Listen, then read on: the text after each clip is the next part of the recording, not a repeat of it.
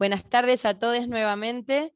Soy Patricia, integrante de la Secretaría de Género de la Asamblea Permanente por los Derechos Humanos y de la Regional Noroeste del Chubut. Les damos la bienvenida a la segunda clase de este curso de formador de formadores. Y bueno, esperemos que lo disfruten porque tenemos 3 panelistas de primer nivel. Vamos a comenzar presentando a María Estela Manzano, médica egresada de la Universidad Nacional de Córdoba, especialista en tocoginecología y medicina legal.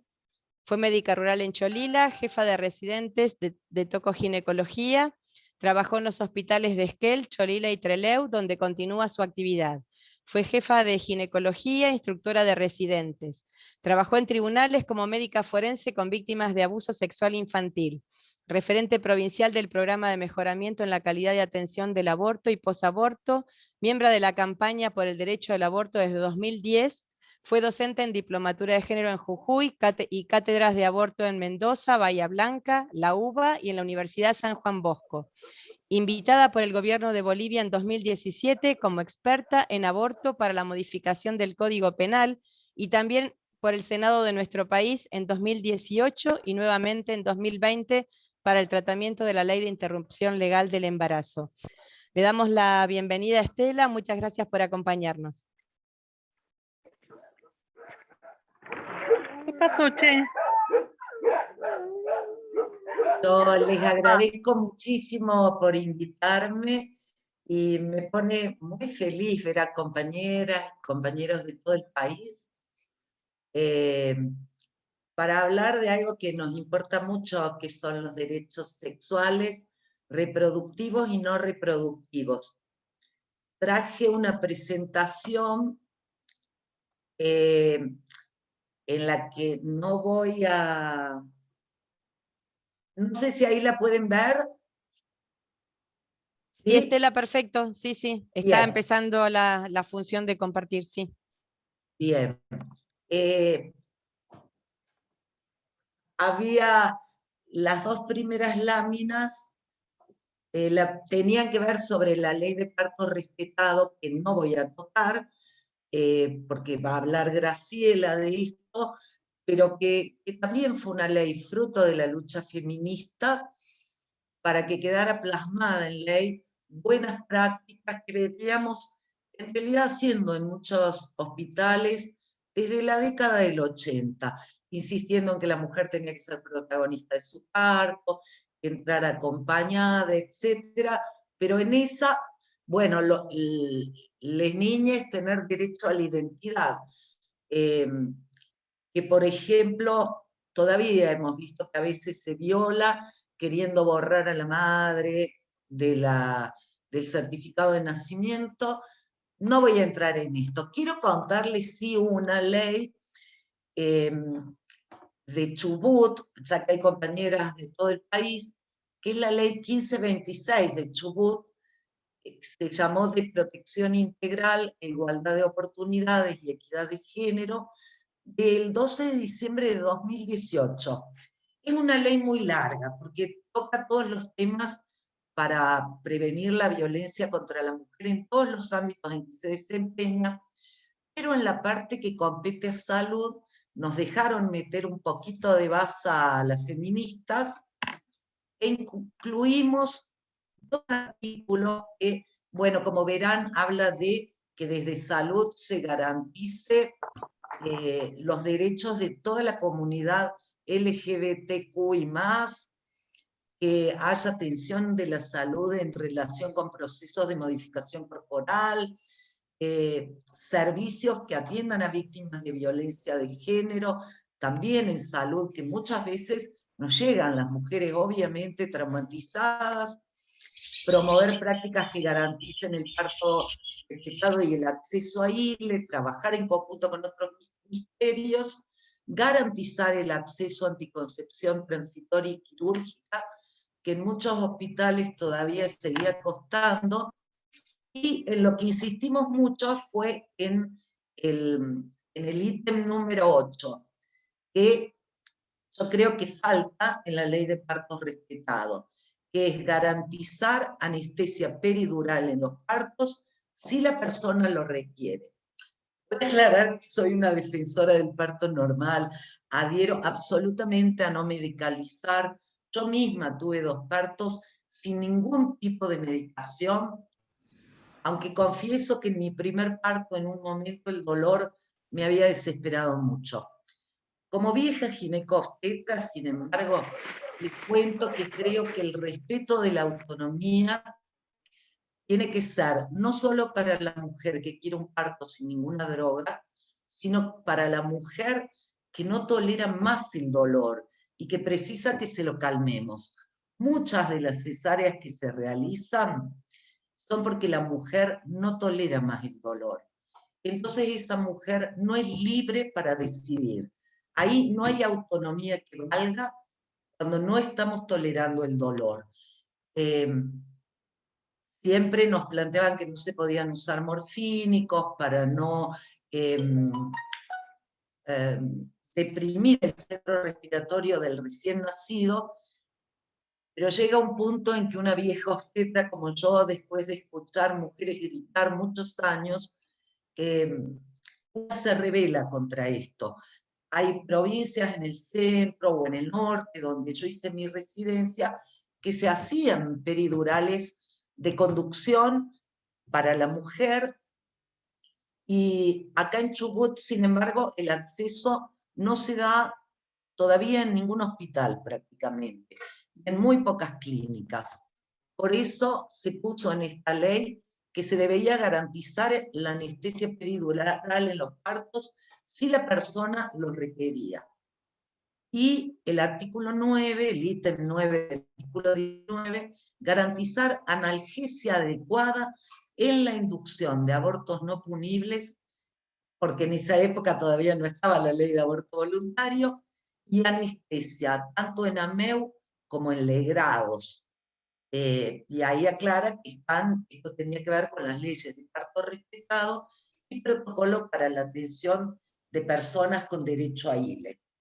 Esto que pedimos a las legisladoras que lo incluyeran fue porque también vemos, no solo en Chubut, en todo, absolutamente en todo el país, que la mayoría de las inducciones de aborto, incluso está en la guía de la OMS, ¿no?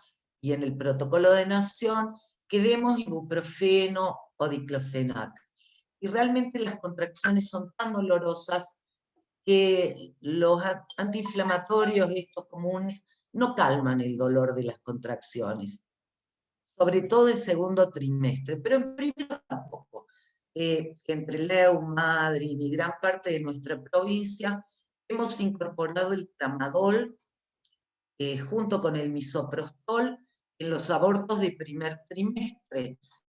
La provincia, el 27 de abril, sacó una resolución, el Ministerio de Salud de acá, que le dijo a las obras sociales, a todas, que tienen que garantizar la gratuidad al 100%, no solo del misoprostol, sino también del tramadol, nubaína, ketorolac, diclofenac y todos los analgésicos, porque entendemos que en un aborto no hay ningún motivo que justifique negar los mejores analgésicos conocidos. Acá no vamos a deprimir la respiración de ningún recién nacido. Y el relator especial contra la tortura ha dicho que negar analgesia o anestesia es tortura, lisa y llanamente, porque lo que se persigue es castigar a la mujer que aborta y disciplinar a todas, para que después teman abortar por lo doloroso. Así que esta va como para que nos la apropiemos y la difundamos, sobre todo las mujeres de Chubut. El tema de hoy no es solo aborto, sino salud sexual y no reproductiva también. No podía dejar de hablar de la ley 25.673, la que creó el Programa Nacional de Salud Sexual y Procreación Responsable en octubre del 2002, que fue reglamentada en mayo de 2003. No voy a entrar en todos los artículos, pero fue una ley que nos cambió la vida a las mujeres de todo el país. sobre todo a las que tienen menos recursos económicos, porque recién a partir de ahí en todo el país comenzó a haber provisión gratuita de anticonceptivos orales, inyectables, implantes, DIU, preservativos, y porque además esta ley reconoce en el artículo 2 como objetivos que se busca alcanzar para la población el nivel más elevado de salud sexual y procreativa, y con el fin de que las mujeres puedan adoptar decisiones libres de discriminación y violencia, y también disminuir la morbimortalidad materno-infantil. Que esto muchas veces las personas antiderechos negaban que a nosotras enfermamos y morimos por consecuencia de los embarazos. Esta ley no la vamos a tratar toda, tiene sin embargo el defecto, igual que todas las leyes que tienen que ver con nosotras, las mujeres, varones trans y no binarias, pero con capacidad de gestar, permitió la objeción de conciencia. Lo cual es un contrasentido, porque si dice que esta ley era para disminuir la morbimortalidad materno-infantil, ¿por qué se permitió a algunos médicos no recetar anticonceptivos, no poner DIU? Sabemos que instituciones como el Hospital Austral en Buenos Aires no recetan anticonceptivos, no ponen DIU, no ligan trompas, lo cual nos sigue mostrando que todavía somos ciudadanas de segunda en cuanto a nuestros derechos no reproductivos. El mandato de la maternidad obligatoria sigue siendo muy fuerte. Otra ley muy linda y que fue fruto de una gran batalla feminista, yo me recibí a fines del 84, les aseguro que pensé que nunca iba a vivir para ver que se dejara de criminalizar la ligadura tubaria. Que fuéramos dueñas de ligarnos las trompas para decir no quiero ningún hijo o no quiero más hijos. Esta ley es una ley muy linda porque plantea que con solo la firma de consentimiento escrito, una persona, puede acceder a la anticoncepción quirúrgica, sea ligadura de trompas o vasectomía. Y para que vean el machismo que operaba en aquellos años, en esta ley hubo que incluir un artículo muy alocado que dice que no se le puede pedir consentimiento al marido, al cónyuge. En el artículo 2 dice, no se requiere consentimiento del cónyuge o conviviente ni autorización judicial, excepto en ciertos casos. Y es porque era una práctica habitual de muchos profesionales pedirle consentimiento al marido, como si las mujeres fuéramos propiedad, fuéramos una cosa, no una persona, y como si no fuéramos autónomas. Bueno, hablando con María Elena, de lo que fue la lucha por el aborto legal, seguro y gratuito, por la interrupción voluntaria del embarazo, esta es más reciente, también creí que no viviría para verla, y creo que tiene sus defectos, pero es una muy buena ley también. Creo que es, por ejemplo, una ley mejor que la ley de Uruguay, que permite el aborto hasta las 12 semanas y 6 días, en el que a las mujeres se las sigue sometiendo al asesoramiento por un equipo interdisciplinario donde haya médico-médica, psicólogo, trabajador social, y se le obliga a un periodo de reflexión de 5 días antes de poder abortar. Esto de nuevo nos pone a las mujeres en el lugar de sujetas a tutelar, como que nosotras no entendiéramos lo que significa un embarazo, que solo hay 3 opciones. O terminamos el embarazo en un parto, y allí elegimos si nos quedamos con el bebé o lo damos en adopción, o elegimos interrumpirlo. Y además es una barrera de acceso, porque si no están todos los profesionales, la mujer no puede acceder a un aborto, o si concurrió al sistema de salud a las 12 semanas y 3 días, ya no alcanza a cumplir con el periodo de reflexión. Uruguay ha tenido unas pocas muertas desde la implementación de esta ley, y fueron todas mujeres que no pudieron acceder al aborto porque tenían más de 13 semanas. Y Uruguay al día de hoy prácticamente no garantiza abortos a partir de las 13 semanas. Nosotras fuimos pioneras en hacer respetar el Código Penal de 1921, que era muy parecido al de Uruguay, es muy parecido al de Bolivia, donde las compañeras lo están haciendo cumplir. Nuestro Código Penal era por causales, por peligro para la salud o la vida, o por violación, y no tenía límites de tiempo. Nosotras entendimos, y nosotros, los médicos que se sumaron, pero nació desde un grupo de mujeres, básicamente, el decir que como todo parto es más peligroso que un aborto, y como la medicina no le puede garantizar a ninguna mujer que al final no va a tener hipertensión, preeclampsia, eclampsia, desprendimientos de placenta, hemorragia postparto, embolias de líquido amniótico, teníamos el deber de garantizarle a toda aquella que nos lo pidiera el aborto, siempre y cuando no hubiera llegado a la viabilidad fetal. Nuestra ley, de hecho, reconoce el derecho al aborto voluntario hasta las 14 semanas y 5 días. Y 6 días, perdón. Recién cuando la mujer cumple 15 semanas, puede continuar abortando. Los médicos que atendemos a esa persona, tenemos que consignar que ese aborto se realiza por peligro para la salud, para la vida, o porque hubo una violación.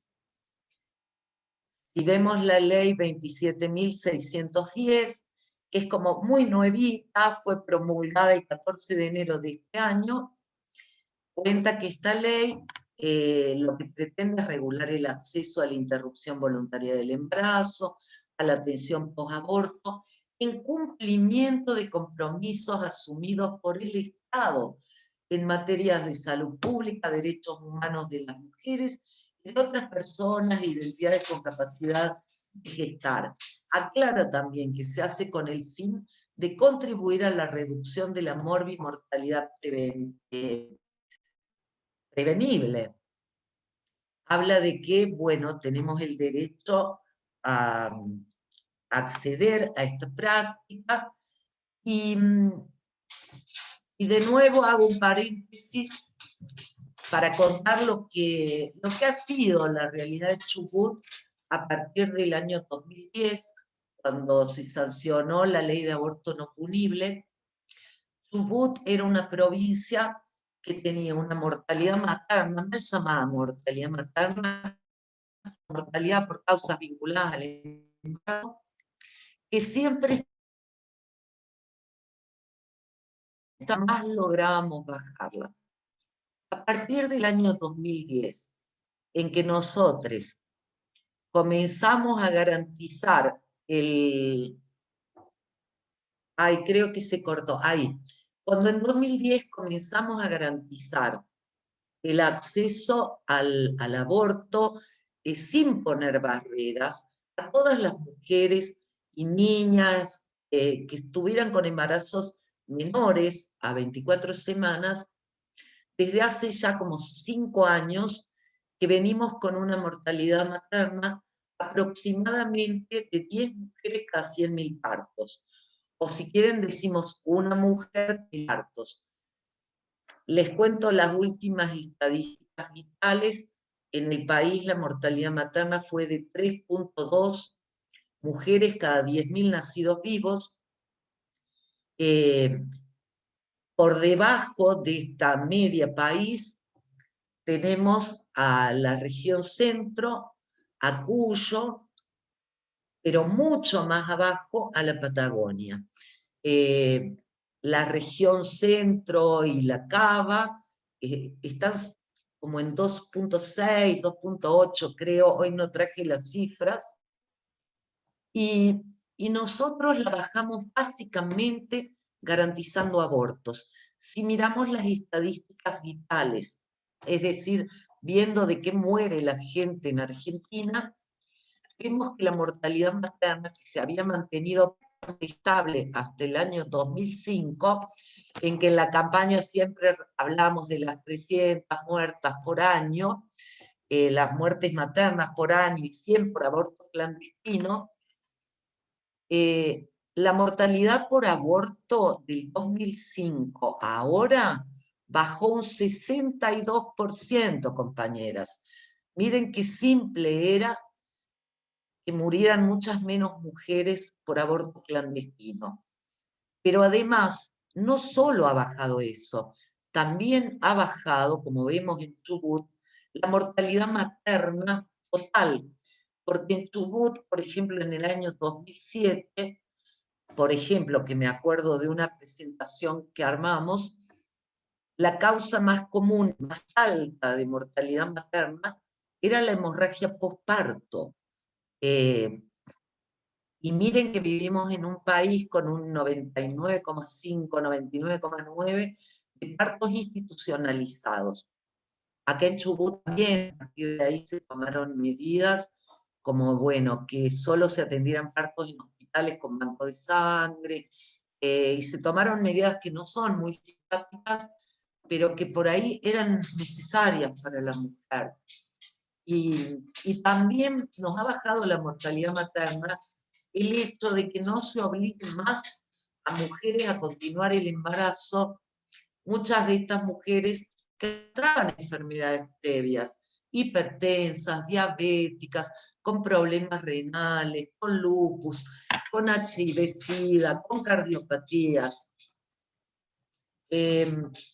La ley 27.610, ahí viene la parte donde menciono que hasta las 14 semanas inclusive es voluntario y que después, ya sea por violación o peligro para la salud o la vida, basta con consignar el causal y la mujer sigue teniendo todo el derecho a acceder al aborto. Igual sabemos que en muchas partes del país se ponen barreras arbitrarias, como que hay hospitales que dicen, solo hacemos abortos hasta las 14 semanas, o hasta las 18, hasta las 20. Todo esto sin ningún fundamento basado en la evidencia científica, ni en ninguna ley. En el artículo 4 de la Ley de Interrupción Voluntaria del Embarazo, también dice que en los casos, cuando hablamos de violación, en los casos de niñas menores de 13 años, no hace falta una declaración jurada de violación, porque sabemos que no hay consentimiento válido de las más pequeñas. Todas tienen derecho a interrumpir su embarazo. Esta ley, en el artículo 8, sigue hablando acerca de las personas menores de edad y plantea que a partir de los 16 años, todo adolescente es autónomo y autónoma. Me cuesta decir autónomo. Todas y todes tienen el derecho a tomar todas las decisiones que quieran en su salud. Todas las personas pueden decidir abortar, tener una cirugía, lo que quieran, sin permiso de sus progenitores. Esto siguiendo la Convención de Derechos del Niño. Ya hablaba la ley del Programa de Salud Sexual y Reproductiva, tenía un concepto muy lindo, era el de la autonomía progresiva. Porque hay que cuidar a niñas, niños, niñes. Entendemos que madres y padres no somos dueños de los cuerpos de nuestras hijas e hijos, pero sabemos que hay muchas familias por religión o por creencias personales que no están de acuerdo con que sus hijas o hijos usen anticonceptivos, accedan a un aborto. Entonces siempre se entendió que a partir de los 13 años, cualquier adolescente tenía derecho a entrar sola al consultorio, y entendiendo que si tenía la capacidad de pedir usar un método anticonceptivo o ahora de un aborto, ya basta con eso para que tenga el derecho a acceder al mismo. Y esto que hablamos para la niñez también vale para personas con discapacidad o para pacientes de salud mental en intervalo lúcido, le llamamos. Soy la madre de una hija con un coeficiente intelectual bajo, por un daño neurológico congénito, y veo como a muchas de ellas, sus madres las siguen infantilizando, creen que tienen el derecho a seguirles prohibiendo el sexo, prohibiendo el acceso a métodos anticonceptivos. Entonces, en este artículo 8 se plantea muy bien qué hacer también con la discapacidad, y ya lo va a hablar después Patricia. Entendemos esto, que siempre tiene que estar, ay, perdón, me equivoqué, la libertad y la autonomía es el bien mayor. Desde la medicina tenemos 4 principios bioéticos, que son el respeto a la autonomía, beneficencia, no maleficencia, y justicia, pero el respeto a la autonomía es nuestro principio rector. Ahora, yo siento que la ley no quedó muy clara cuando dice que nadie tiene el derecho de prestar el consentimiento cuando hay una persona con discapacidad. Sí aclara que, salvo que desde lo jurídico se le hayan negado sus derechos, algo que cada vez intentamos hacer menos, esos famosos juicios de insania. Pero hay algunas ocasiones especiales que les quería comentar, que es, por ejemplo, el de la mujer en coma, que es violada y embarazada, y pasa más seguido de lo que ustedes creen. De vez en cuando vemos una noticia en el diario, en comas prolongados, en vida vegetativa, pero también tuvimos un caso en Trelew hace 2 o 3 años, de una joven con trisomía del cromosoma 21, que era tan severa que ella no hablaba, ni con palabras, ni por señas, todo lo que hacía era reír o llorar. Su mamá se dio cuenta muy temprano de que había sido violada a la semana de atraso menstrual, porque era la que le cambiaba los pañales y demás. Caminaba, sí, pero no tenía muchas más capacidades, ni siquiera la de vestirse sola. Intervino la justicia porque hubo una denuncia por violación, y a mí me tocó hacer esa aspiración cuando estaba de 6 semanas. Realmente les cuento que era como muy fuerte de ver, porque cuando le quisimos pinchar una vena para ponerle una vía, emitía unos quejidos que eran conmovedores. Dejó que la mamá le sacara el pullover, pero cuando les quiso sacar los pantalones, fue imposible. Y yo pensé que así habría sido el trauma, porque si no veía todo el tiempo, de cómo de mal habrá vivido la violación, ¿no? De modo que decidimos bajarla al quirófano, dormirla con anestesia gaseosa, y recién cuando estuvo dormida le pusimos la vía, tomamos ADN, se confirmó que el violador, que no era de la familia, era quien la mamá sospechaba.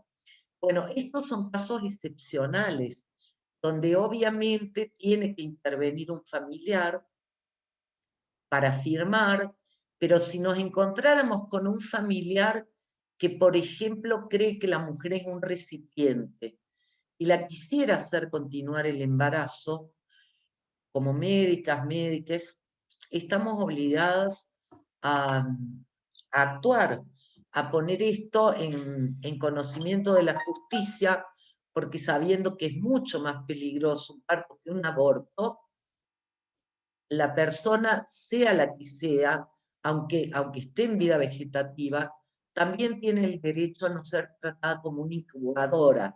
Sigue siendo una persona, y una persona que merece que su vida sea cuidada. Somos mucho más que incubadoras humanas, como siempre hemos dicho las feministas, o como dice Kant, que cada ser humano es un fin en sí mismo y que no podemos instrumentalizar a ninguna persona. Quería hablar Perdón, de las... Estela, Sí, no te quería interrumpir, pero andar redondeando así damos lugar al resto. listo. Ya estoy al final. Nada más. Yo creo que nuestra ley es una muy buena ley.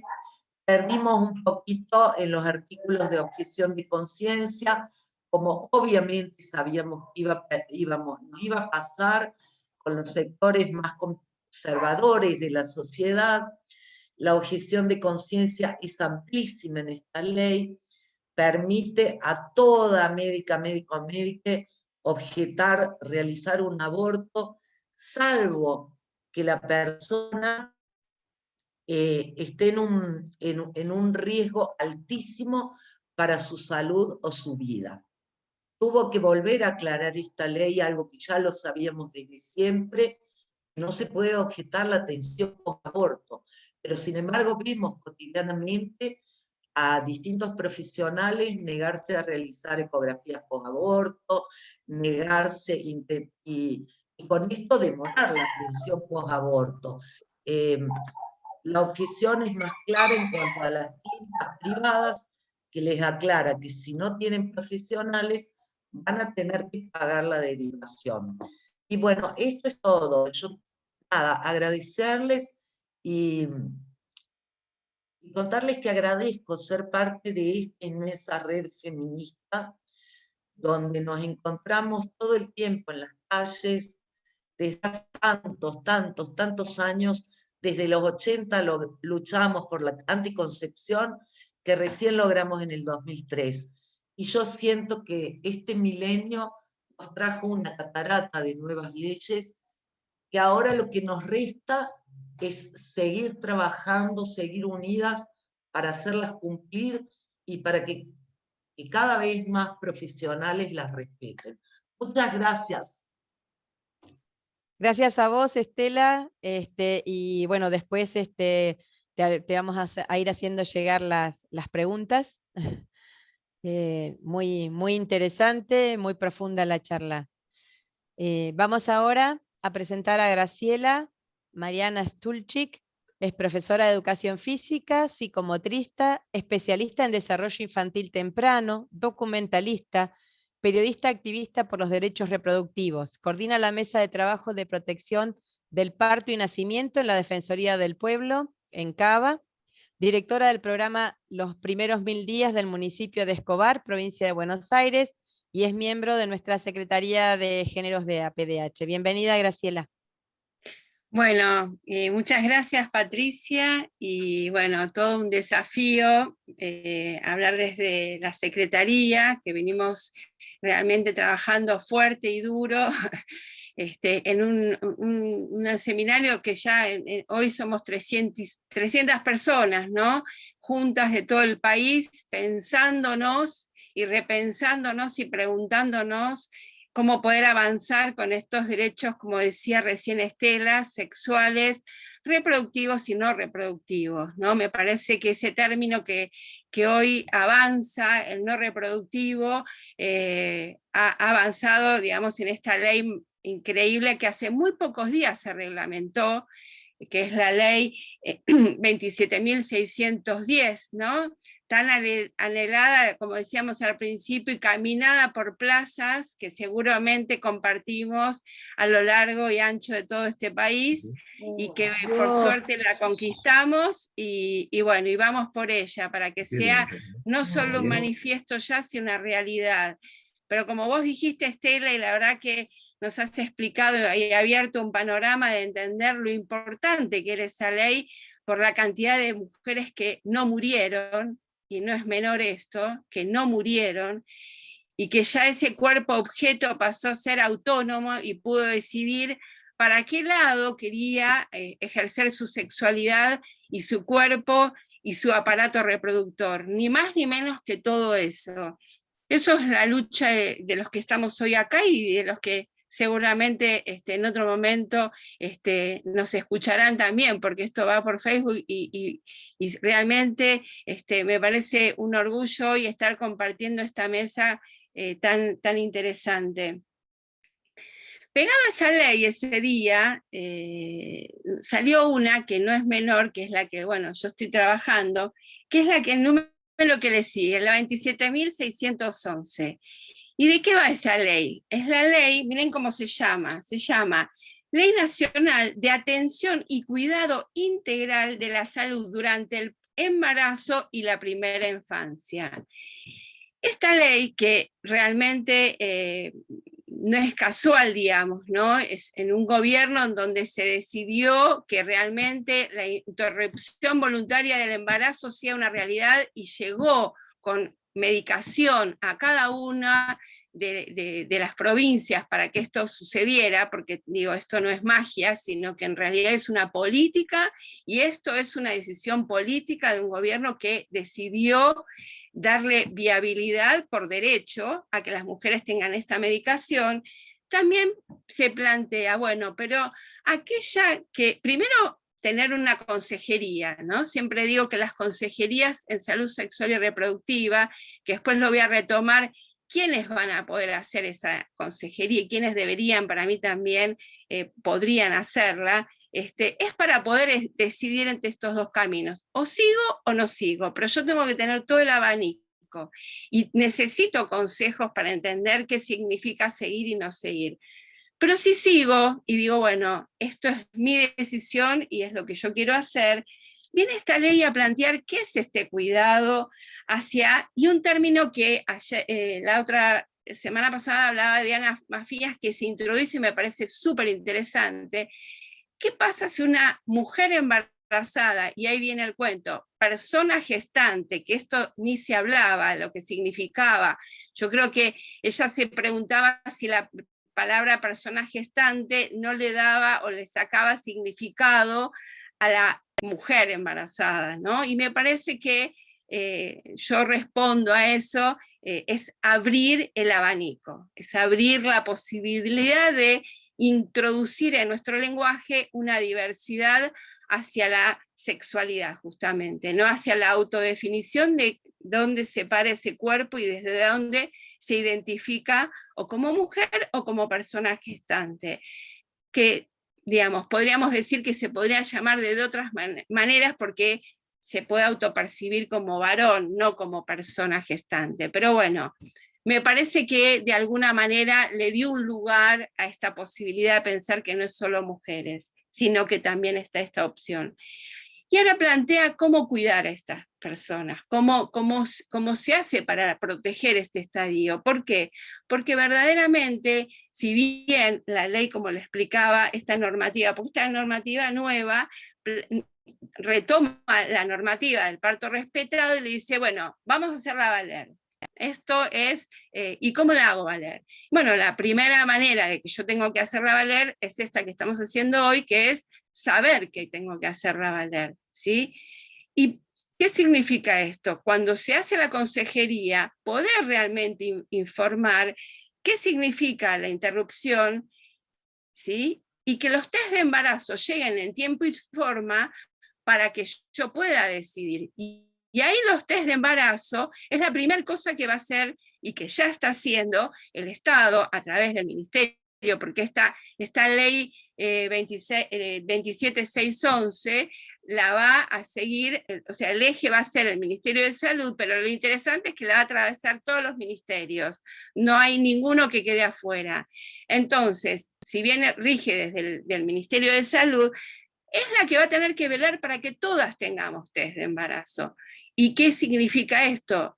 Para que las intervenciones sean en tiempo y forma, para que yo pueda decidir realmente, y que al mismo tiempo sea de baja complejidad, porque cuanto antes nosotros decidimos, menor es la complejidad, y una cosa que se puede hacer en un centro de atención ya siendo más hacia adelante, entra en una cuestión más de agresiva, yo diría, porque le llamo agresiva, ir a tener que ir a un hospital cuando tendría que ser algo más ambulatorio. Entonces, la nueva ley que nos va a dar es esto, que para mí no es ninguna pavada saber que vamos a tener los test de embarazo en tiempo y forma. Por supuesto, como todo, con gestión, porque no hay ningún municipio que pueda tener insumos si no hace gestión.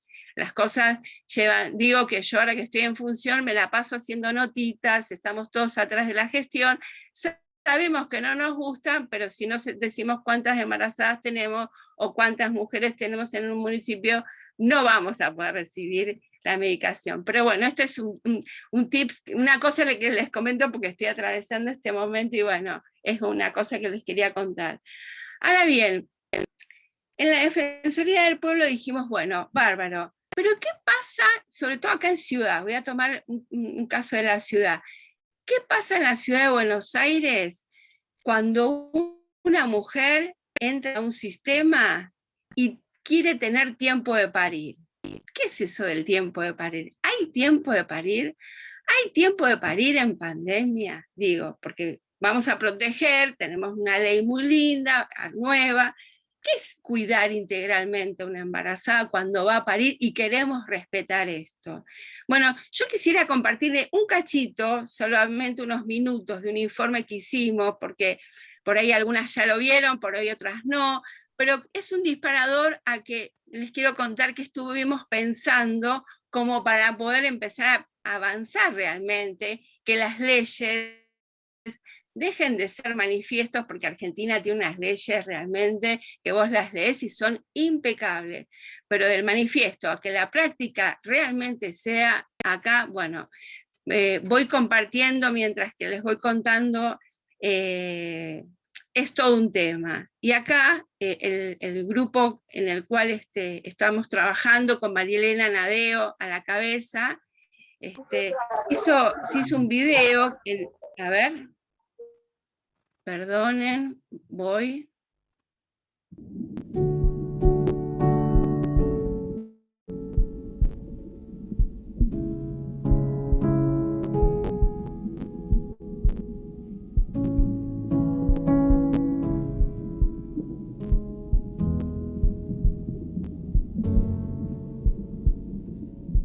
¿Qué días de la semana nacen los y las bebés recién nacidos en la Ciudad Autónoma de Buenos Aires? ¿Y qué hay atrás de esta pregunta? ¿Por qué estamos preguntando qué día nacen?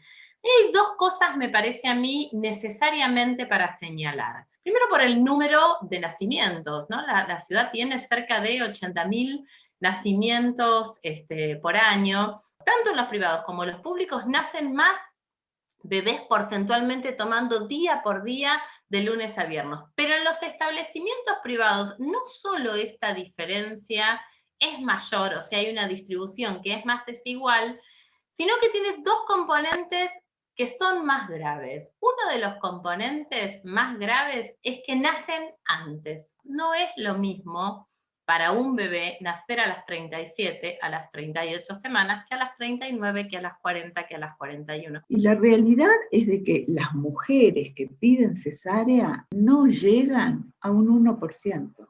No existe la práctica de la maternidad segura y centrada en la familia en la mayoría de las instituciones. No existe la mirada, la visión y la capacitación de los profesionales sanitarios para trabajar en esta dirección. Esos bebés recién nacidos no están preparados para vivir sin soporte. ¿Y qué quiere decir esto? ¿Tienen mayor mortalidad? También tienen mayor mortalidad, pero tienen mayor morbilidad. ¿Y qué lleva a eso? Una separación innecesaria, que cuando es más temprano tienen más posibilidades de tener una difícil adaptación y entonces los llevan a neo y entonces los pinchan y entonces los alejan. No es inocente y además está absolutamente demostrado. Entonces tenemos que preguntarnos, bueno, ¿qué pasa? Que hay programación, que hay inducción y que además hacemos cosas que hacen daño, que le hacen daño a las personas que van a parir, que le hacen daño a esos bebés recién nacidos que además están invisibilizados. Cuando se programa un nacimiento, sea por vía vaginal o sea por cesárea, hay consecuencias que son absolutamente irreversibles. Para poder sostener la asistencia de nacimientos con mínimas intervenciones y garantizar los derechos de las mujeres, tuvimos que reorganizar los servicios, teniendo en cuenta también los protocolos que se iban bajando del ministerio, de provincia, para poder dar respuesta a esas mujeres y de la misma calidad que veníamos trabajando durante todos estos años. Desde tener una perspectiva en donde la familia era protagonista en todo este proceso y que participara en todo este proceso, de alguna forma tuvimos que decirles que no pueden ingresar a la maternidad en el control prenatal, pero sí el acompañante adentro cuando se produzca el trabajo de parto y el nacimiento. Las cesáreas no tienen que ver con la sobrecarga laboral, sino con la decisión de intervenir las cesáreas innecesarias. Y entonces CABA reporta que hay un descenso de los nacimientos respecto al mismo periodo del año anterior, pero que hay un aumento de las cesáreas. Y de los establecimientos públicos, que son los que tenemos datos, muestra cómo pasamos de un 33,3% de cesáreas en el año 2017, un 34,4% en el 2018, un 35% en el 2019, en junio del 2020 tenemos un 37,2% de cesáreas, o sea, el número de nacimientos baja, pero el número de cesáreas aumenta.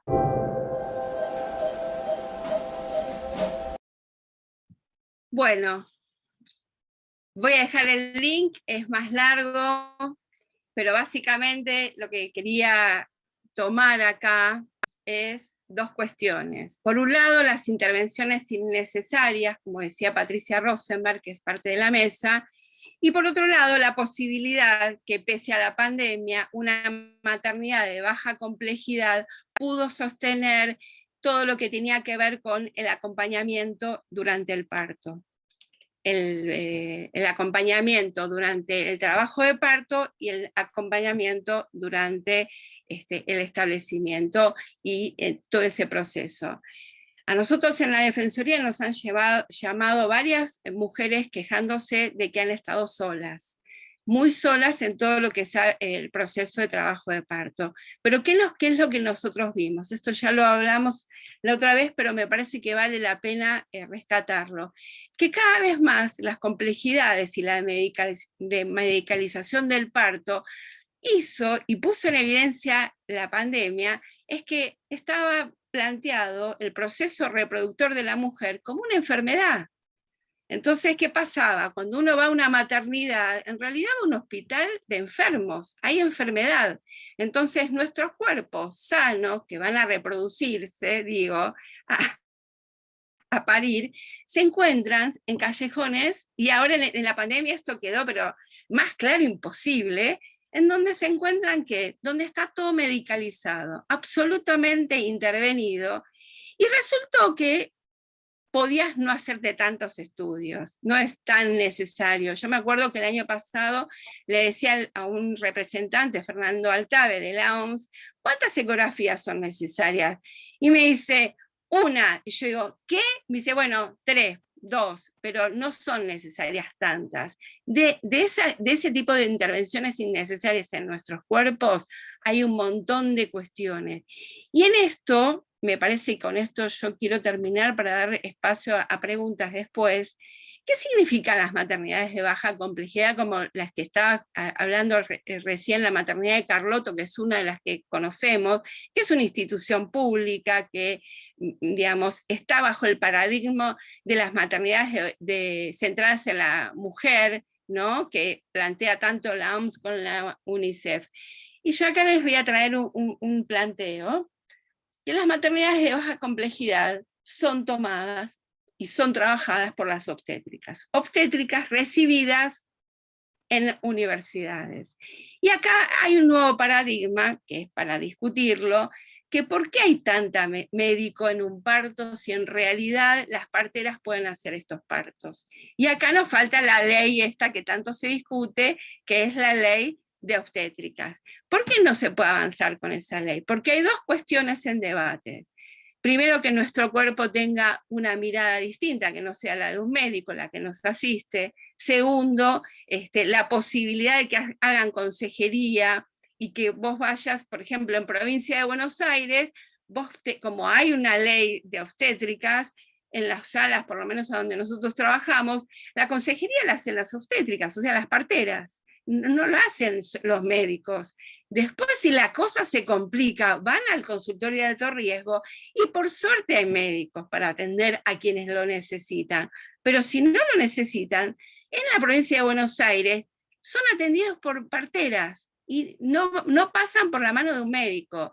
Sin embargo, vos te vas a Rosario, vamos a viajar por el país, nos vamos a Rosario, en Rosario no hay obstétricas, no hay parteras. Entonces, los parteros son los médicos.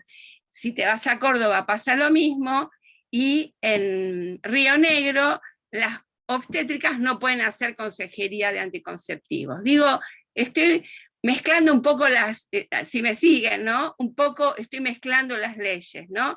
Si cruzás una General Paz, puedes parir con tu partera. Una cuadra antes, no. Ya en Cava no te dejan parir con tu partera.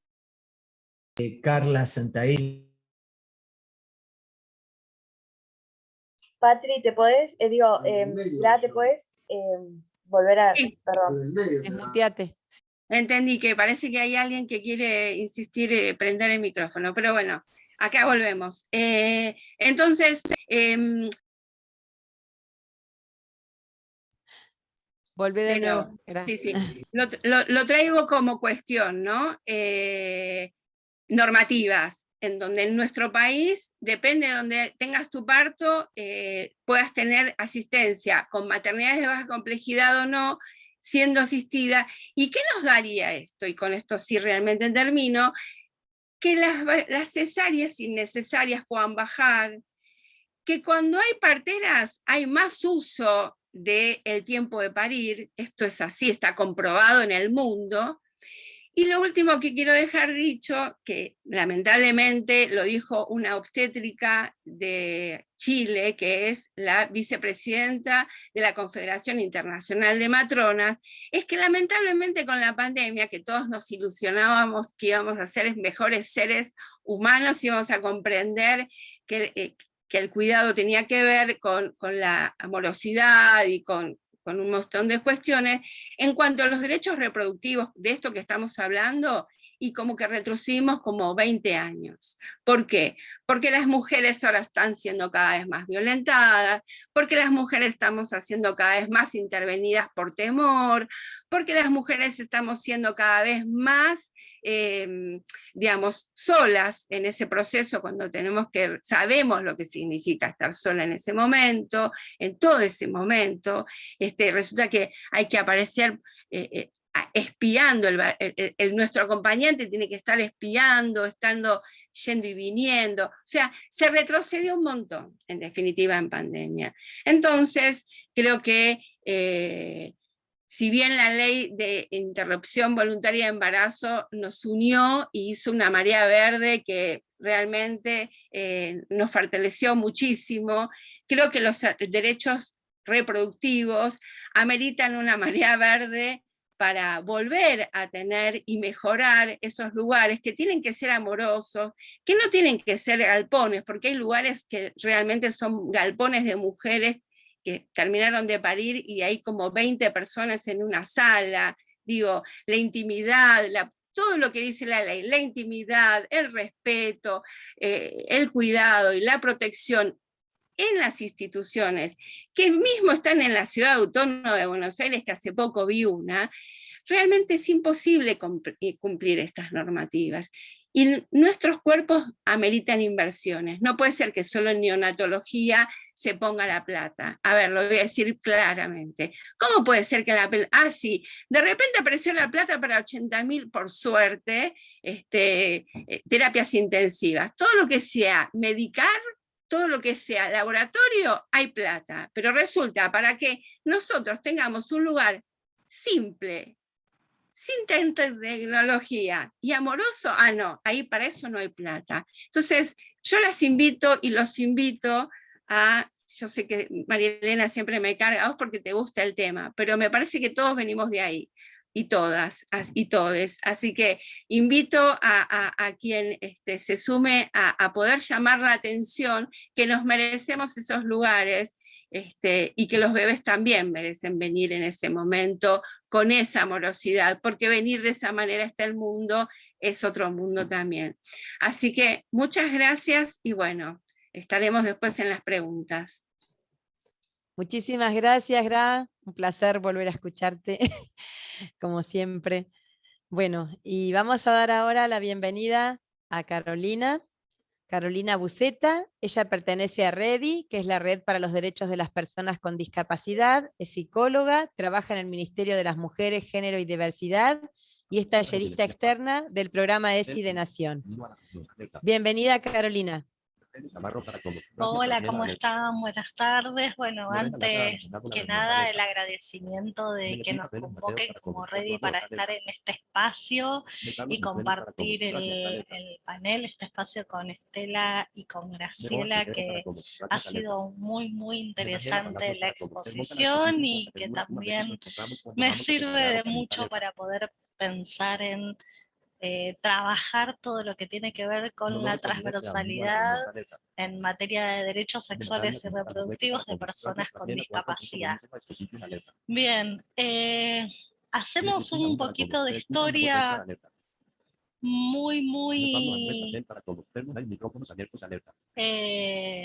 bastante... A ver, el ruido, yo no escucho ruido, pero bueno. Hacemos un poquitito de historia. Carolina, perdón, sí. Hay un ruido, es hay una voz en tu computadora, ¿puede ser?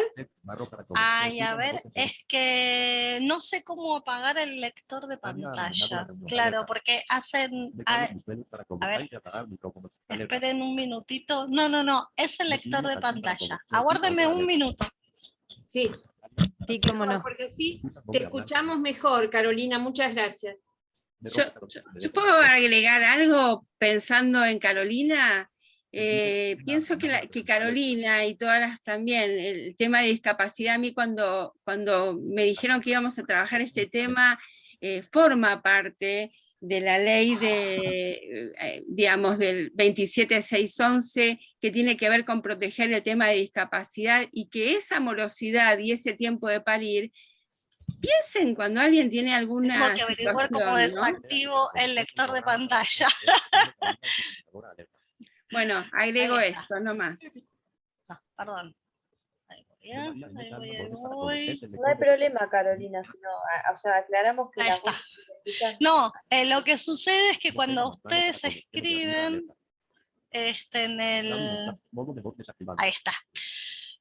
Cuando ustedes escriben en el chat, a mí me lee todo. Y me viene mejor, les digo, porque si no, cuando hablo me desconcentro un montón con todo lo que escriben. Lo único que no voy a escuchar nada de los intercambios ahí del chat, pero bueno, no importa.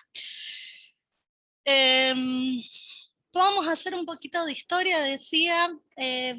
Podemos identificar tres formas o tres modelos de cómo se considera a las personas con discapacidad a lo largo de la historia.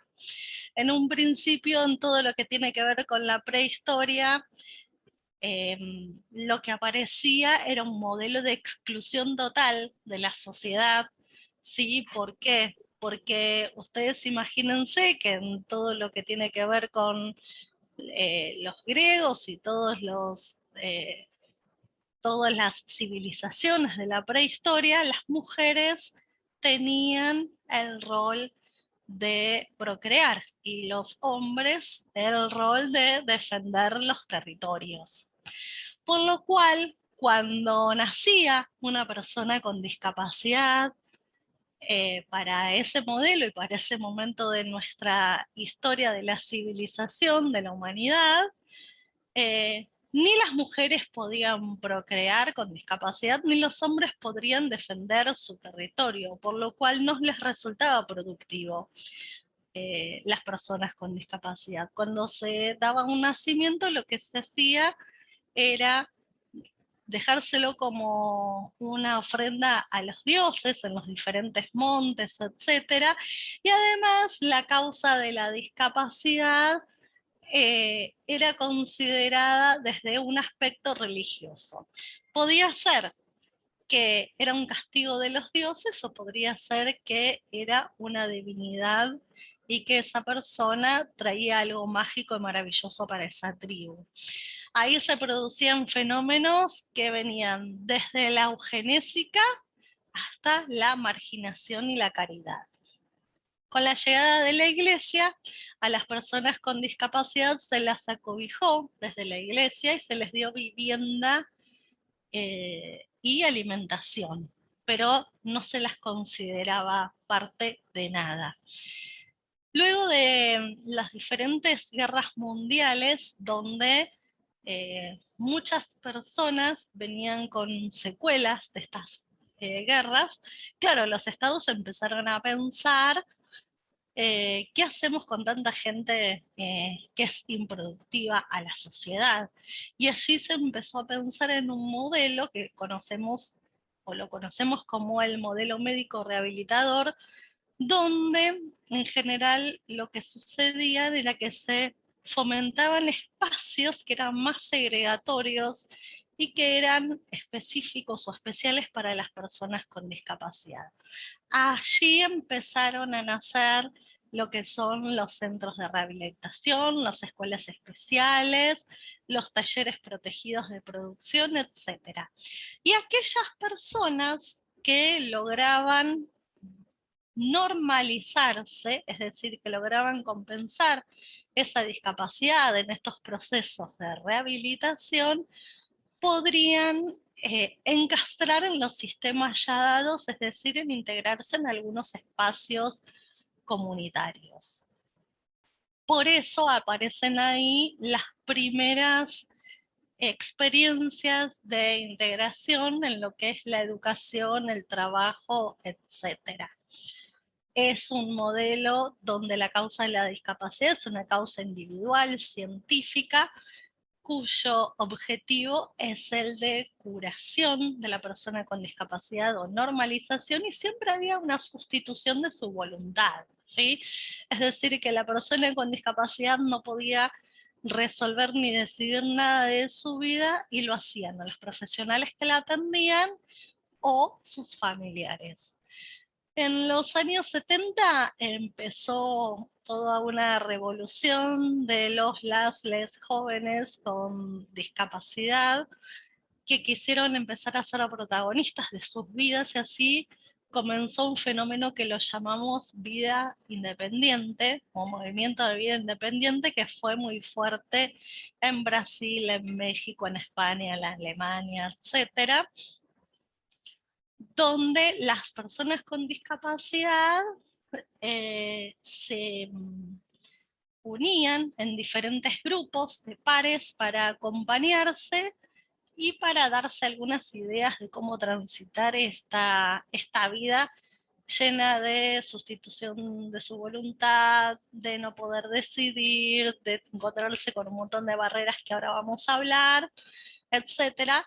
Y ahí les recomiendo un documental que se llama Campamento Extraordinario, que habla un poco de la sexualidad, porque empiezan a aparecer estas cuestiones de que las personas con discapacidad son sexuadas, que tienen deseos, que tienen relaciones sexuales, etc. Luego, a partir también de un trabajo que empiezan a realizarles jóvenes con discapacidad, en particular uno que sobresalió en esta historia, que se llama Roberts, que quiso ingresar a trabajar, ingresar a educarse, perdón, en una universidad de California. Él tenía una discapacidad motriz bastante severa, por lo cual la universidad sí lo podía alojar y recibir porque estaba preparada arquitectónicamente para eso, pero la residencia universitaria donde debía vivir junto con sus compañeros, compañeras, compañeros, no. Entonces lo que le dijeron, sí, podés ingresar a esta universidad, pero vas a tener que dormir en la enfermería, a lo cual él respondió, de ninguna manera, yo no quiero ser a la mañana estudiante y a la noche paciente. Vamos a trabajar por esta igualdad que yo me merezco y que debo estar con todos mis pares. Por supuesto, porque si no se iba a perder también lo interesante que tiene esa vida, entre comillas, universitaria, que tiene que ver con todo lo que es más recreativo, deportivo, y todo lo que pueden hacer entre pares, las fiestas, etcétera, ¿no? Que en general se piensa que las personas con discapacidad no les interesa, no se incluyen. Bueno, sí, se demostró que sí.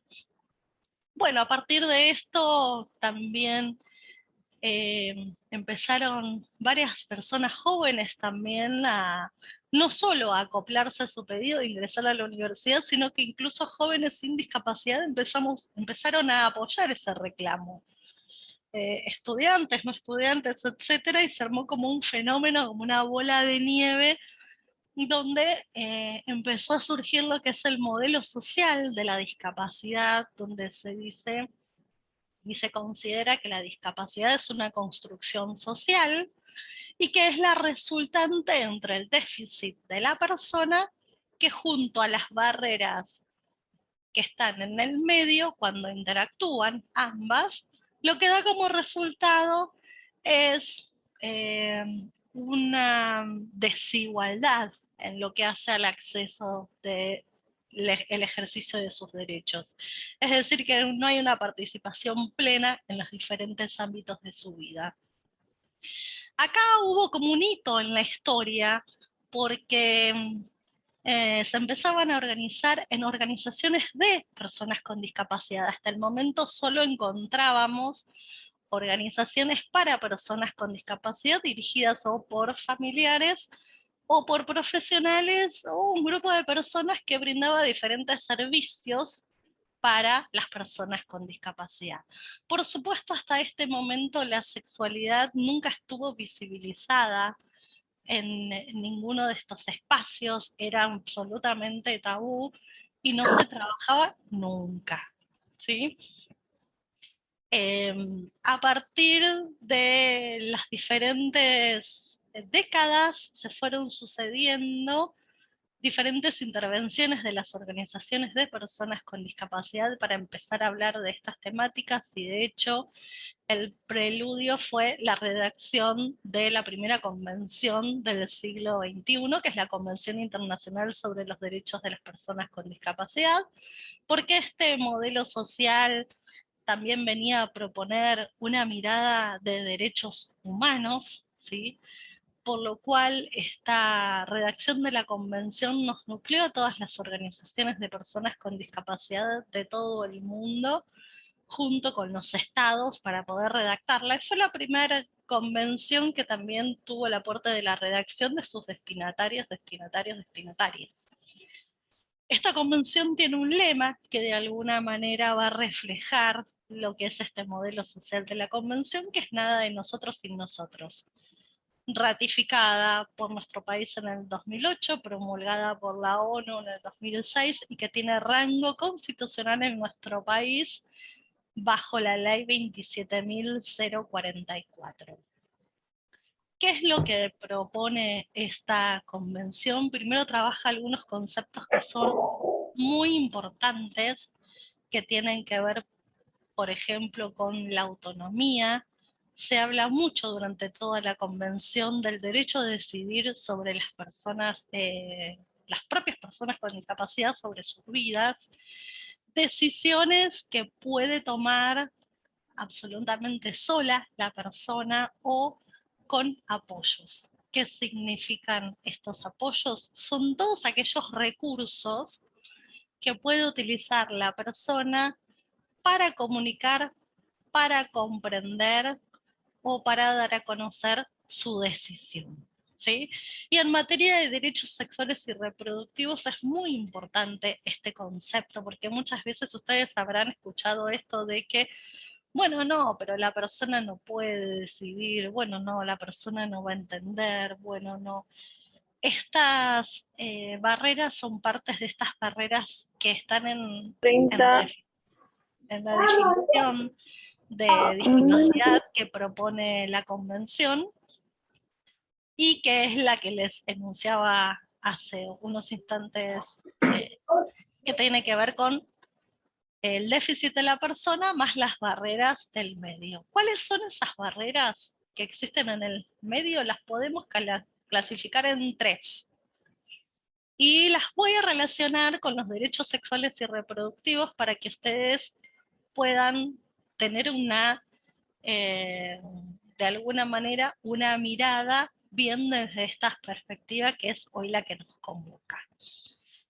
Por un lado tenemos a las barreras físicas, que son aquellas barreras que se refieren a todo lo arquitectónico, y podemos pensar en cuanto a los derechos sexuales y reproductivos, ya de antemano podemos pensar en el acceso a la consulta. ¿Sí? ¿Cómo es ese acceso a esa consulta? Los lugares de atención, ¿son accesibles? Los lugares de atención tienen rampa, tienen ascensores para llegar a los niveles superiores donde están los diferentes consultorios, si los hay. Esos consultorios son amplios como para que pueda ingresar una persona usuaria de silla de ruedas, una mujer de baja talla, por ejemplo.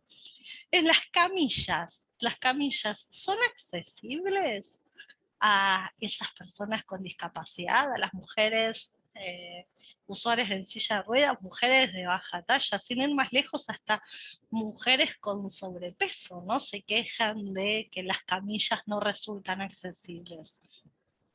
Lo mismo ocurre con los equipamientos, lo que son los mamógrafos, por ejemplo. En general, casi no existen en nuestro país esos equipamientos accesibles. Por eso que tenemos como consecuencia de estas barreras físicas que muchas veces las mujeres con discapacidad no pasan por esos mínimos controles de salud sexual que debemos hacernos anualmente, semestralmente, todas las mujeres, incluidas las mujeres con discapacidad. Después tenemos las barreras comunicacionales, que son aquellas que nos impiden el acceso a la información que existe en igualdad de condiciones.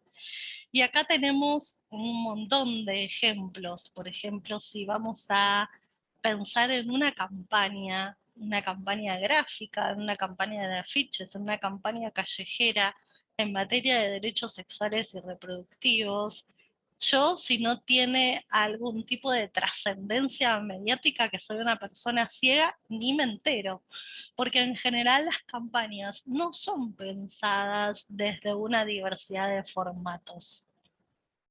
Cuando hablo de diversidad de formatos, ¿a qué me refiero? Me refiero a, para las personas con discapacidad visual, o al braille, o al audio, o a lo digital. Esto que ustedes escuchaban, el lector de pantalla hace que a mí me pueda leer todos los documentos en forma digital, menos los formatos que son imágenes, como el JPG o algún PDF que esté escaneado. También es importante, por supuesto, que la información que se va a circular en materia de derechos sexuales y reproductivos tenga algún video o en algún momento algún intérprete de lengua de señas argentina pueda brindarles información a esas mujeres con discapacidad auditiva. Las compañeras que tienen discapacidad intelectual o discapacidad psicosocial, que muchas veces también al estar muy sobremedicadas tienen dificultades para comprender textos, necesitan un formato de lenguaje claro o lectura fácil.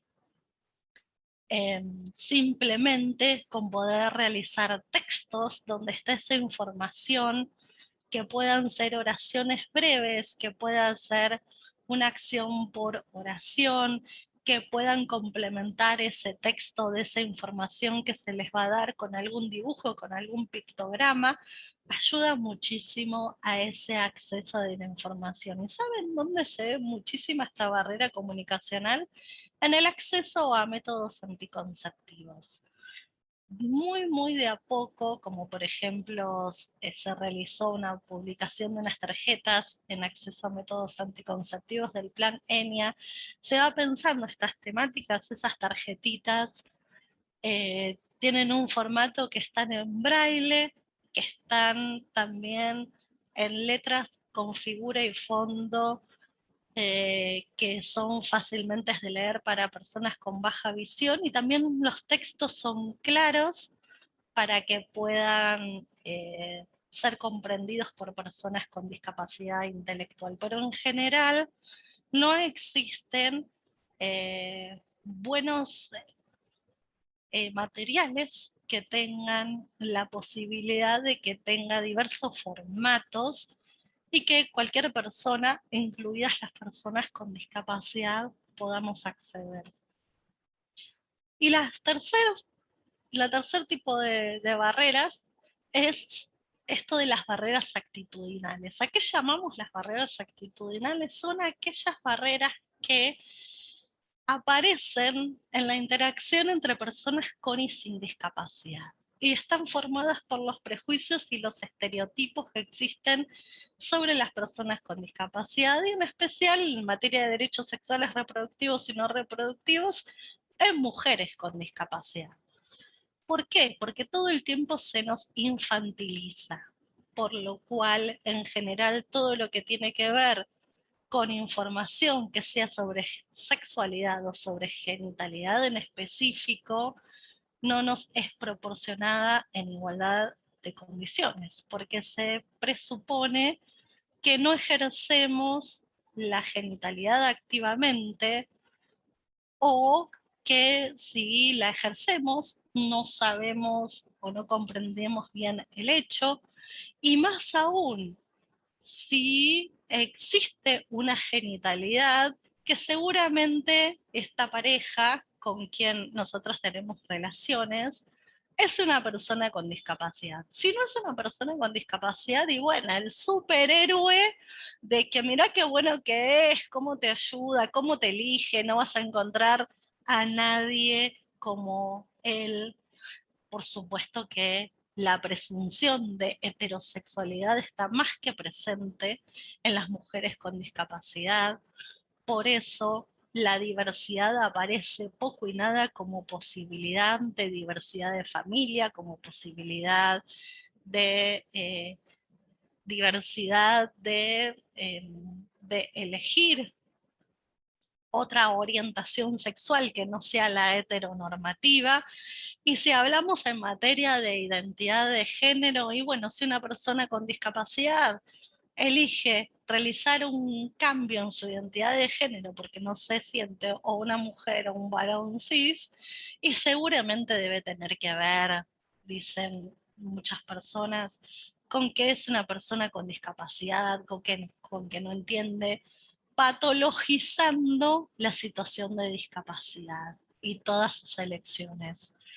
Por eso es muy importante que trabajemos sobre estas barreras actitudinales, porque son las que hacen que cuando vamos a las consultas con profesionales de la salud no nos hagan las preguntas de rutina que se requieren para un chequeo completo, que si nos preguntan si tenemos pareja y decimos que no, entonces que den por descartado que obviamente no vamos a tener relaciones sexuales porque no tenemos pareja, como si las personas con discapacidad no tuvieran relaciones ocasionales como cualquier persona. No se nos brinda información para la prevención de las ITS. Hay un montón de complementos de la información que aparecen vedadas en las personas con discapacidad, y en especial en las mujeres con discapacidad. ¿Por qué? Porque las mujeres con discapacidad en general tenemos mayor riesgo de estar más aisladas en cuanto a lo que tiene que ver con lo social, en cuanto a lo que tiene que ver con el acceso a la educación, en cuanto a lo que tiene que ver con el acceso a lo laboral, por lo cual ni siquiera nos llega la información, digámoslo, casera o de boca en boca o de pares que puede ocurrir con otros colectivos. También es importante que hablemos de que esta Convención Internacional sobre los Derechos de las Personas con Discapacidad tiene un artículo fundamental para el ejercicio de nuestros derechos sexuales y reproductivos, que es el artículo 12, que nos habla de la plena capacidad jurídica y que somos iguales ante la ley. Por eso, por supuesto, no requerimos ningún cuerpo legal específico ni especial para las personas con discapacidad, sino que en realidad todas las leyes que están vigentes en nuestro país nos incluye y no tenemos restricción alguna, salvo casos excepcionales como ha contado Estela. Por eso, tanto la ley de la interrupción voluntaria del embarazo, como la ley de los 1000 días, como es conocida coloquialmente, también nos incluye a las personas con discapacidad. Y nos incluye no solo a partir de que somos destinatarias, sino también desde el momento en que, como la Convención Internacional sobre los Derechos de las Personas con Discapacidad tiene rango constitucional y nos habla de los sistemas de apoyos que tienen que estar presentes para que podamos ejercer estos derechos sexuales y reproductivos en igualdad de condiciones, para poder ejercer los derechos que están en esta ley, a veces algunas mujeres con discapacidad pueden requerir de estos sistemas de apoyo, que en general son personas que acompañan en esta comprensión, en esta comunicación y en esta manifestación de su voluntad, de la voluntad de la mujer con discapacidad sobre los diferentes aspectos de esta ley. Perdón, Carolina, te voy a tener que pedir que vayamos redondeando, así queda un ratitito para las preguntas. Perfecto, termino así muestro el video, solamente digo una cosa.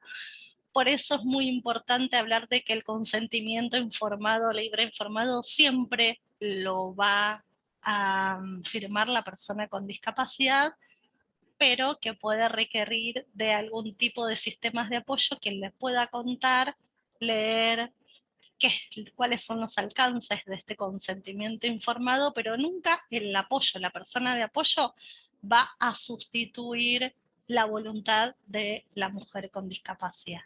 Desde REDI, para que todas estas leyes y todos estos postulados puedan ser conocidos por las propias mujeres con discapacidad, hemos estado ejecutando estos últimos 3 años y ahora por 6 meses más, estamos llevando adelante un proyecto que se llama De Ser con Inclusión, que tiene 3 patas, junto también a FUSA y acompañadas por el Fondo Fiduciario de Mujeres, y las propias mujeres con discapacidad que participaron de nuestros talleres, después de hacer un recorrido de identificación de las barreras, de empoderamiento, de herramientas que nos puedan ayudar al ejercicio de estos derechos.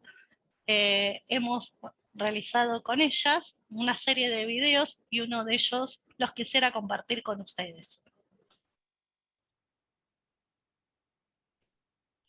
¿Empiezo a transmitir el video? Sí, por favor. Gracias. Bueno, ya.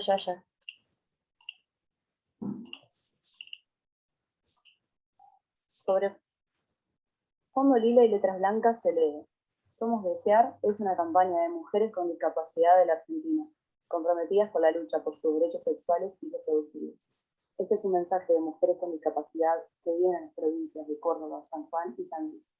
Las imágenes del siguiente video son en blanco y negro. Una claqueta corta la escena. Manos sostienen un bastón para ciegos. Mujer con audífonos. Me gusta que el otro tenga un buen más. Mujer va sacándose la ropa. El cuello de otra mujer. Una mano ayudada por otra acaricia el pelo de una mujer. Me erotizan las manos. Secuencia de mujeres tocando su propia boca. A mí me gusta mi boca. Pies de mujer en silla de ruedas. Otra corre el cabello de sus hombros. Dos manos desprenden una camisa. A mí me gusta cumplir mis fantasías. Mujer baja sobre el pelo. Mujer de espaldas y cortina recoge su cabello. Manos suben hasta una boca. Que me beses la espalda, el cuello. Mujer va sacándose la remera. Secuencia de mujeres con tecnología para comunicarse. A nosotras nos gusta que nos acaricien y nos besen. Mujer de espaldas desprende su cortina y vuelve a prenderlo. Mi cuerpo es una indecisión. Sobre fondo lila en letras blancas se lee. Hashtag Somos Desear. Si querés conocer más, bajate la aplicación Nuestra Decisión. Sobre fondo lila, logo de la app Nuestra Decisión. Fotos de la aplicación en diferentes celulares. Logos, campaña Desear, Red por los derechos de las personas con discapacidad. USA, Fondo Fiduciario de las Naciones Unidas para eliminar la violencia contra la mujer. Sobre fondo negro aparece el logo de Pez Globo Audiovisual.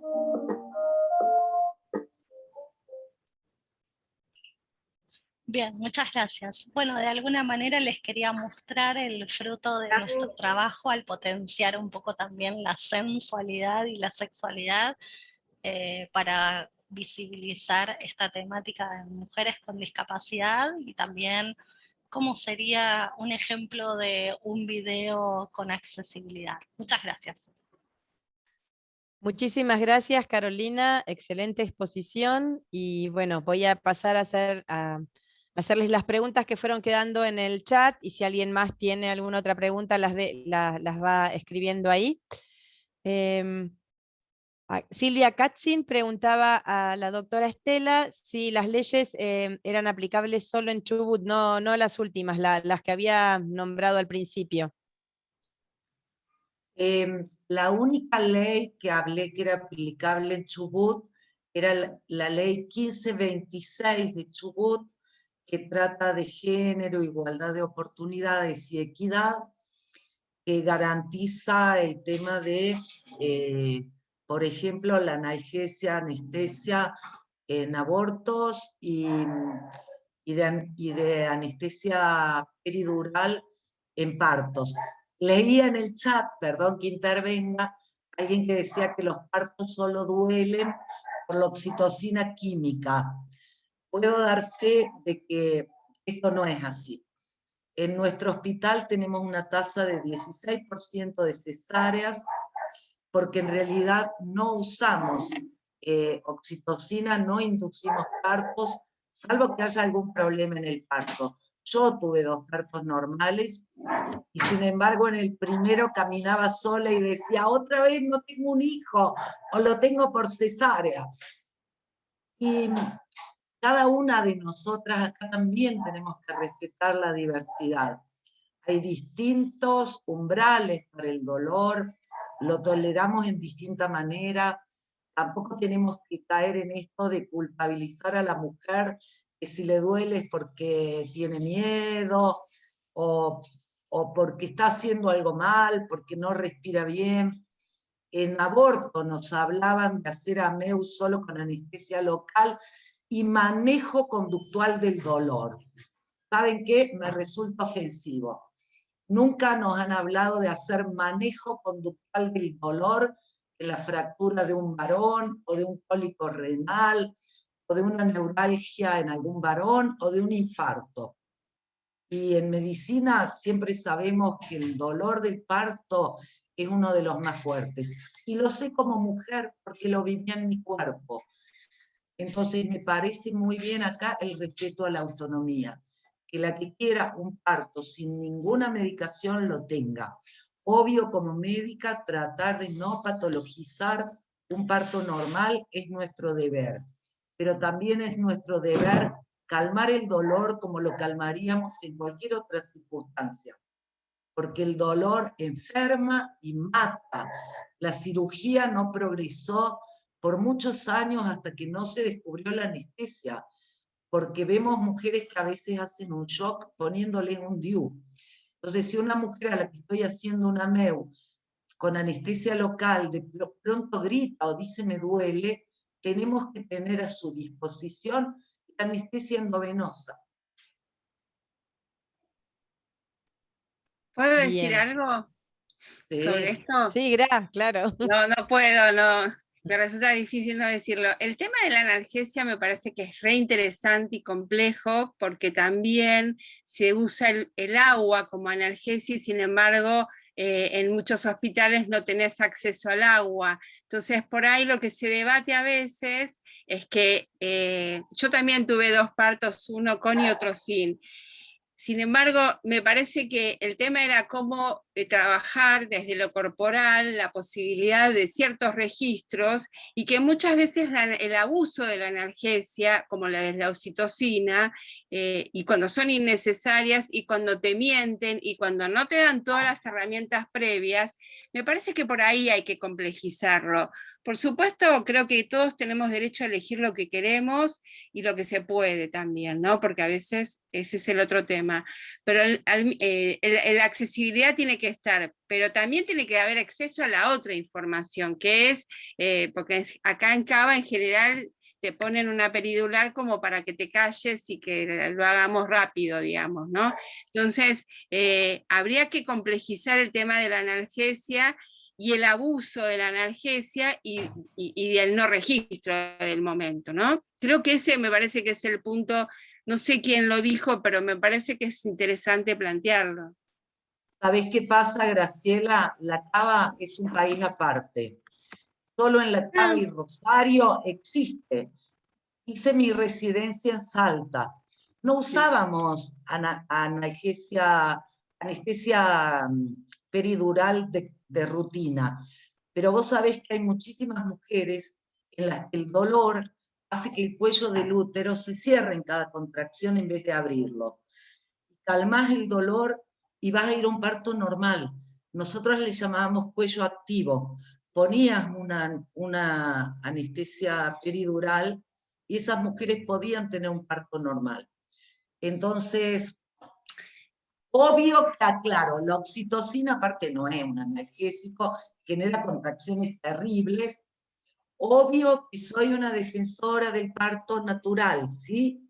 Pero tampoco quiero caer en este fundamentalismo de que si pedís una anestesia sos una mala madre, sos una mala mujer, el dolor nos dignifica, que hay que dejar que el dolor te atraviese, que respirando bien no te va a doler, porque caemos a veces en otra carga más que ponemos a la mujer que a veces, y sí, no puede manejar su dolor. Mi segundo parto también fue sin ninguna medicación, respirando mejor, fue un parto mucho más lindo. Ambos fueron mi elección, ¿sí?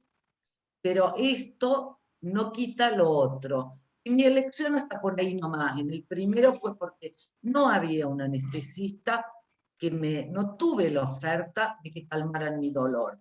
Y de hecho fue un parto difícil, con un hijo deprimido, y cosas que por ahí se podrían haber evitado.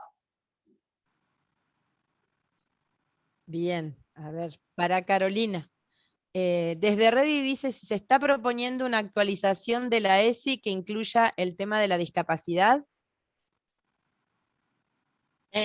Sí, claro, de hecho, en realidad la ESI tiene una perspectiva de discapacidad. Ahora no hablo como Redi, sino como tallerista del programa de educación sexual integral de Nación. Hoy por hoy estoy acompañando a la provincia de Entre Ríos, que está haciendo una actualización de sus docentes sobre una ESI con perspectiva en discapacidad, y justamente ahora desde Redi estamos haciendo una producción de una serie de videos cortitos donde uno de ellos tiene que ver con una ESI con perspectiva en discapacidad, así que sí, también se está trabajando desde ese lugar. Bueno, qué bueno. Acá hay otra pregunta para Estela. Dice, el avance de fundaciones y proyectos de ley que promueven la subrogación de vientres, ¿es otra forma de ser incubadoras o pura autonomía de las que quieren atravesar un embarazo para otra? Es un tema complejo y acá caemos otra vez en lo personal. Yo realmente no estoy tan a favor de la subrogación, porque vemos que las que terminan subrogando, y hasta en el nombre que se le da vulgarmente, alquiler de vientres, es la deshumanización de la mujer, y que quien alquila su cuerpo por 9 meses, por dinero, para parir un hijo ajeno, no sé si es tan libre y tan autónoma. Creo que es porque no tiene recursos para subsistir, para estudiar. Vemos cómo sucede más que nada en la India, en Europa del Este, cómo muchas veces las niñas que nacen con discapacidad son abandonados por esos padres que habían subrogado. La verdad me parece cruel. Creo que es un derecho de las niñas tener madre y padre. No es derecho de las personas transmitir su herencia genética. Y en un país donde hay 10.000 niños en condiciones de adoptabilidad y 2.500 personas anotadas, me parece que deberíamos ir un poco más por ahí, porque también vemos que casi nadie quiere adoptar hermanas y hermanos, o niñas más grandes, o con algún problema. Creo que el único lugar donde me parece que podría ser, pero como un gesto de muchísimo amor de alguna persona hacia alguna amiga, hermana o así. Pero hasta me parece complicado, porque tener un hijo en nuestro cuerpo nos provoca sentimientos hacia ese bebé. Cortar todos esos lazos, o lo veo a veces, lo estamos viendo en el consultorio de muchas parejas que quieren que una de las dos de la pareja tenga el óvulo de la otra o del otro, con semen de otra persona. Y de pronto la persona esa que va a subrogar, digamos, ni siquiera va a transmitir su herencia genética, ¿sí? Siento que tiene que ver mucho con el poder y el dominio del que logra que otra persona subrogue con óvulos ajenos y semen ajeno. No sé, tengo que seguirlo pensando más, pero no me termina de gustar. Creo que así como la violación es tomar el cuerpo de una mujer por 10 minutos, o la prostitución, alquilar el cuerpo de una mujer por unos minutos, acá se lo alquila por 9 meses. Bien, gracias. Para Carolina, ¿cómo se trabaja con las barreras actitudinales y erradicar esa infantilización que mencionaste? Bueno, las barreras actitudinales las trabajamos desde diferentes lugares, pero fundamentalmente desde la capacitación que realizamos a profesionales de la salud en materia de derechos sexuales y reproductivos, por supuesto a docentes, y hoy por hoy también estamos dando una formación para abogadas y abogados para que puedan tener una perspectiva de discapacidad a la hora de acompañar o litigar en situaciones de violencia hacia mujeres con discapacidad.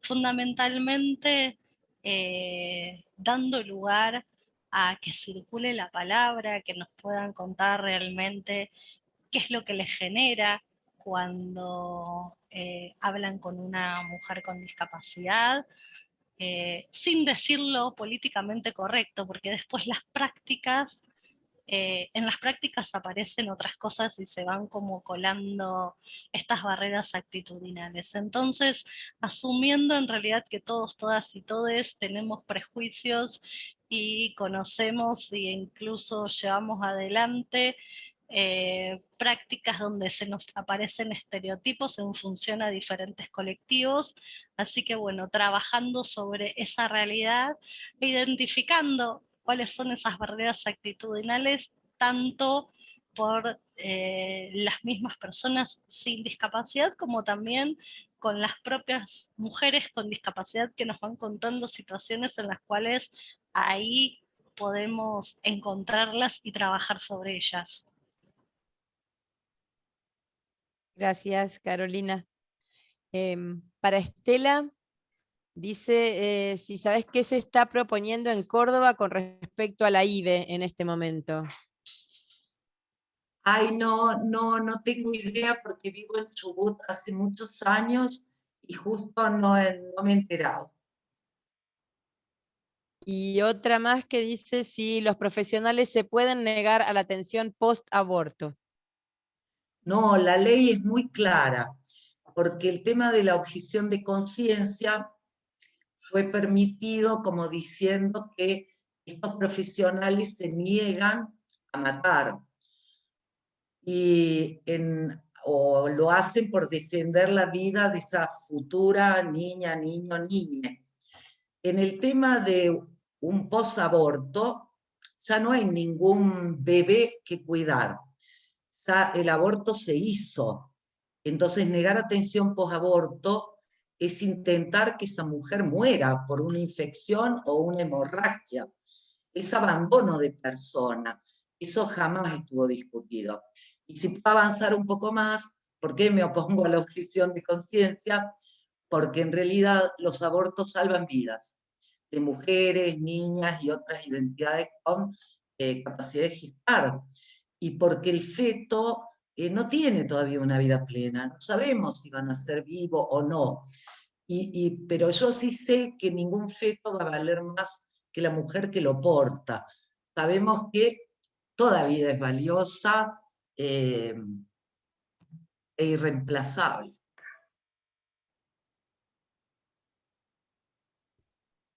Gracias, Estela. Para Carolina, preguntan dónde están dando las capacitaciones para abogados que mencionaste recién. Las capacitaciones las estamos dando por plataforma Zoom y pueden encontrar información en las redes de Ready y si no por la web también www.ready.org.art o escribir a mujeres@ready.org.art y ahí les podemos brindar toda la información, pero en general todo lo que hacemos está en nuestras redes. Bien, y en relación a eso nos preguntaban si no crees que falta difusión para formar o ya existen colectivos como Ready en otras provincias. No, falta mucha información. Nosotras como Ready estamos actuando en todo el país, pero como nuestra sede, digamos, todos los miembros de Ready somos de acá de Buenos Aires, lo que hacemos es, a lo largo de nuestra historia fuimos adquiriendo diferentes contactos, sobre todo cuando monitoreamos la Convención Internacional sobre los Derechos de las Personas con Discapacidad y realizamos informes sombra junto a otras organizaciones de personas con discapacidad, a organizaciones de derechos humanos, de hecho la PDH también está, y a organizaciones feministas, organizaciones de la sociedad civil en general. Ahí tenemos como 143 organizaciones y universidades que nosotros llamamos el grupo de trabajo, con quienes todo el tiempo estamos articulando acciones para que justamente la información no circule solo en Buenos Aires, sino que pueda ser replicada en todo el país, reforzada por las organizaciones locales. Y para Graciela tengo una acá de Lago Puelo, dice, bueno, que no hay lugar de partos y las mujeres van a parir a Bolsón y es común la práctica del parto domiciliario. Bueno, nada, si nos puedes decir algo acerca.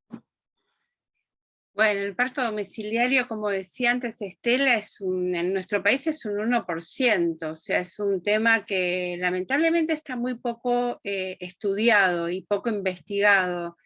Es un grupo justamente de feministas muy importante, las que utilizan, digamos, ¿no?, el parto domiciliario como práctica, Como decía antes en el chat, yo realmente no soy de juzgar, no me gusta juzgar, ni aún para la analgesia. Digo, lo que a mí siempre me preocupó es que tengamos todas las herramientas para elegir. Este es el punto, me parece, y estar preparadas. Después, si la cosa va para otro lado, va. Y en el parto domiciliario me parece lo mismo, y en pandemia aumentó mucho el parto domiciliario en el mundo, porque justamente se sintieron asustadas de las instituciones, digamos, ¿no? Y porque las instituciones también cerraron, se pusieron más duras, más de la cuenta, por eso decíamos que nos atrasamos mucho. Yo no podría decir mucho del parto domiciliario, no me gustaría opinar de algo que no estudié, ni juzgarlo. Creo que son caminos y que en Argentina amerita eso, ponernos a estudiarlo. Solo diría eso y realmente hay de todo, hay una variedad, o sea, cuanto más sé del parto domiciliario, menos sé, porque la variedad es enorme. Conozco equipos que trabajan seriamente y conozco cosas que me resultan muy aterrantes. Pero me pasa lo mismo con las instituciones, con lo cual digo, a ver, ¿cuánta mortalidad yo tengo en una institución y cuánto tengo en mortalidad o sea, no puedo comparar, pero si vos me hablas de médicos hegemónicos que han trabajado pésimo y han hecho problemas de discapacidad, digamos, de desarrollo infantil por malas praxis, y tengo una listita grande. Ahora, una hace algo mal de parto domiciliario y sale en Clarín. Entonces, solo eso sé, pero tampoco podría decir con esto, entonces esto es bueno o esto es malo. Me parece que, insisto, lo que yo conozco, que es de países que están reglamentados, es que funcionan cuando están reglamentados, cuando están protocolados, cuando tienen un marco. Me parece que la cosa va bien. Por eso hablaba de las maternidades de baja complejidad. Me parece que por ahí va un camino, me parece que las instituciones tienen que reorganizarse realmente y tomar el tema del parto respetado seriamente, no como me parece que está sucediendo ahora. Pero lo mismo diría para las instituciones, con lo cual no es que las instituciones, no, bueno, ahí te quedas tranquila. Yo en general creo que hay que revisar las prácticas y el sistema a donde nosotros vamos a parir. No es una cuestión ni de médicos, ni de no médicos, es que el sistema tiene que revisar sus prácticas. Y realmente me parece que por ahí va la cosa. Ponernos a juzgar me parece que no va por ahí. Bien, y la última, porque ya vamos a ir cerrando, para Graciela y Estela dice, si consideran que falta en la formación de grado esta perspectiva amorosa en la atención, así como también la perspectiva de género, etcétera. Es de lo que venimos hablando. Sí, tal cual, sí, absolutamente. Me parece que, viste que la profesora de la UBA, que también forma parte de la mesa de trabajo, ella hacen un trabajo muy lindo, digamos, ¿no? O sea, en la facultad se estudia, lo mismo que se dice que las obstétricas no saben sobre lactancia, sí que saben sobre lactancia, pero la interdisciplina existe y hay que avanzar y está bueno. Pero las obstétricas están. Ahora, cuando van a trabajar, que es lo que ella dice en el informe, y las instituciones no les permiten hacer eso que ellas estudian. Ni los médicos tampoco. Digo, en general el sistema es rapidito, vamos, no hay tiempo, vamos, que cama caliente uno diría, ¿no? Sin embargo, bajaron acá en Buenos Aires, en Capital, bajó la tasa de natalidad. ¿Y por qué no había tiempo? Si había menos partos. O sea que era mentira, digamos, no es cierto que necesito más cama. Acá bajaron mucho los partos. Sin embargo, se apretaron más las tuercas. Entonces no es una cuestión de que viene la otra, por decirlo, ¿no? Estoy hablando de cómo se habla, ¿no? Vamos rápido, calladita. Y la analgesia muchas veces se usa para eso. Y no digo que está mal hecho, ni bien, insisto, pero si es para que te callen, ¿viste? No sé. Yo coincido con Graciela que esto no tiene que ver con profesionales médicos, médicas, parteras, enfermeras, porque uno ve violencia en todo el equipo muchas veces, y tampoco es un problema solo de médicas y médicos, sino de toda la sociedad.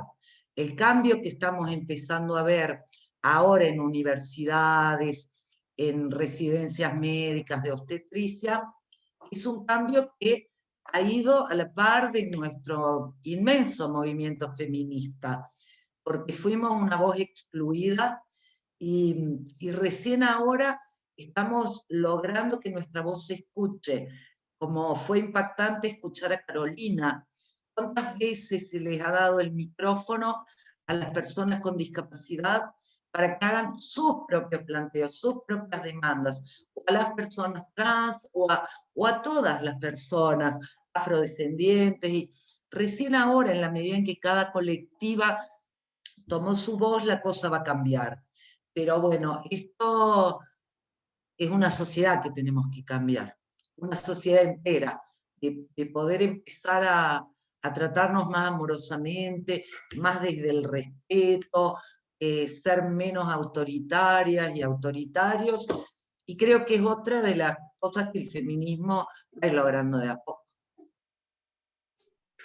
Bueno, les agradezco enormemente a las tres excelentísimas exposiciones. Invito al resto a la tercer clase el próximo martes.